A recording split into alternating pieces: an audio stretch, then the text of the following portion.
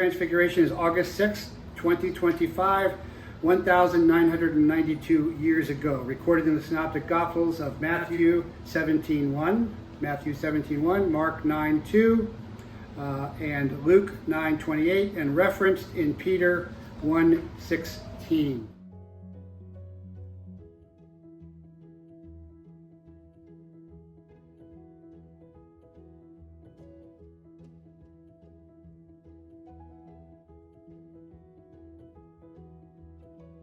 So this is the result of sinlessness, where faith begets fearlessness.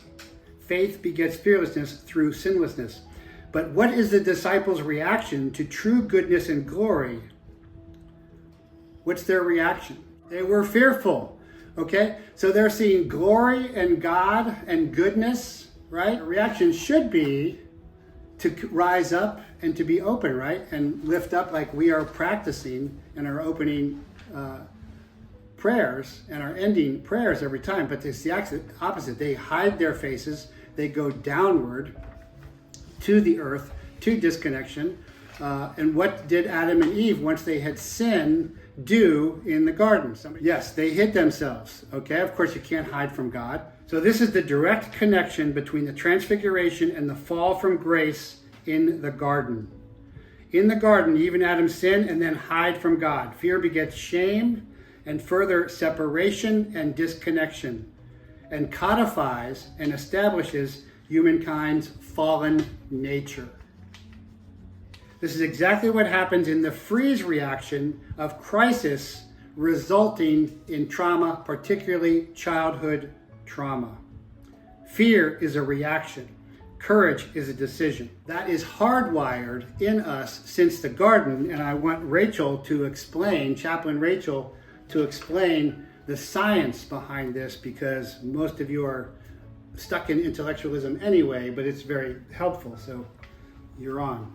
I am not a neurobiologist, but I am fascinated by how the brain works and how to put that in perspective within the Christ connection. So right now I'm reading a book called The God-Shaped Brain by Dr. Timothy Jennings. It's fabulous, and there's just one little paragraph here that really explains the thought process. Dr. Jennings says, God will not win this war for our hearts and restore us to love by the use of might and power. And then he quotes Zechariah 4:6, quote, not by might nor by power, but by my spirit, says the Lord Almighty.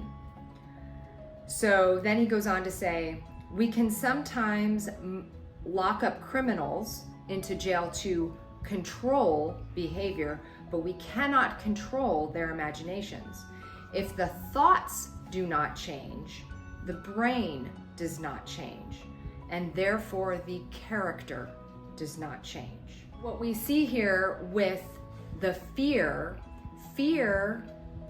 if you look at brain imaging and brain scans, the part of the brain that lights up during fear, when someone is experiencing fear, is the limbic system.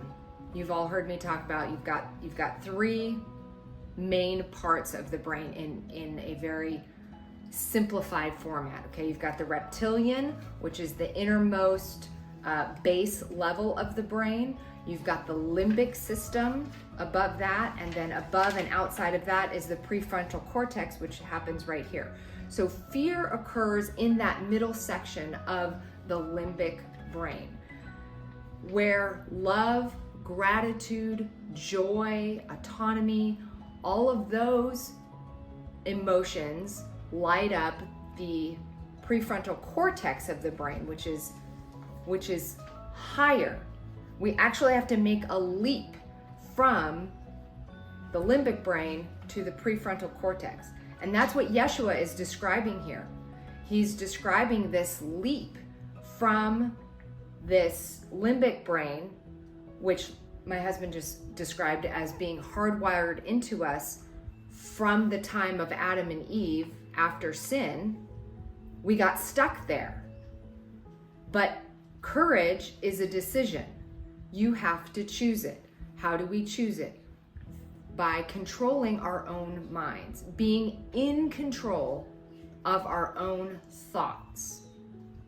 Yes, we are highly influenced. There's no question about it.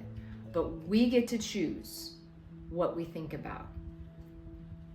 And if you start thinking and start moving your thoughts in a particular pattern, you're going to rewire how your brain works. If you rewire how your brain works, you can get up to that prefrontal cortex.